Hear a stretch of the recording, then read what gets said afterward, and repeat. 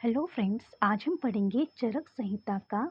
जो चरक संहिता का part first है जिसे चरक पूर्वार्ध कहते हैं, उसका इंद्रिय स्थान उसकी एंड में वर्णित है। सबसे लास्ट में इंद्रिय स्थान दिया हुआ है चरक पूर्वार्ध के।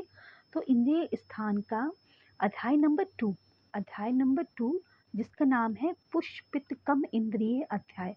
क्या नाम है?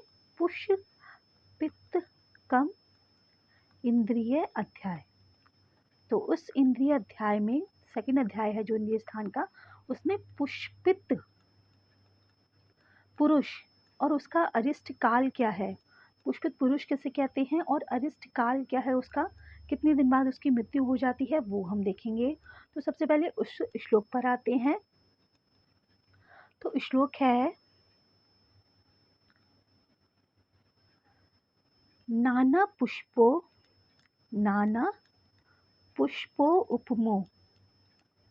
उपमो गंधो यस्य भाति दिन निशन।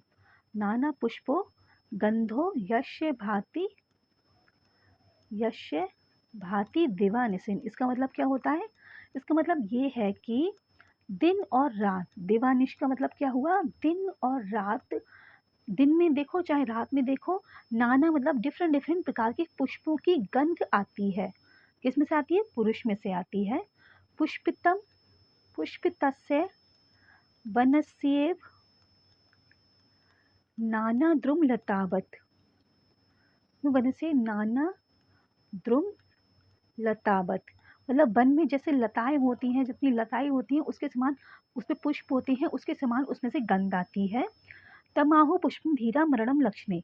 तो ये धीर पुरुष उस गंध युक्त पुरुष को मृत्यु के लक्षणों से युक्त होने के कारण पुष्पित कहते हैं।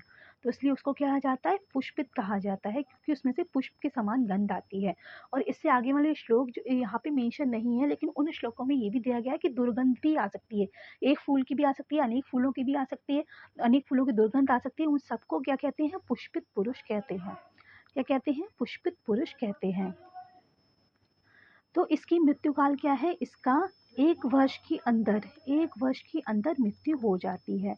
तो पुष्पित का काल कितना है? 1 वर्ष के अंदर संवत्सरात का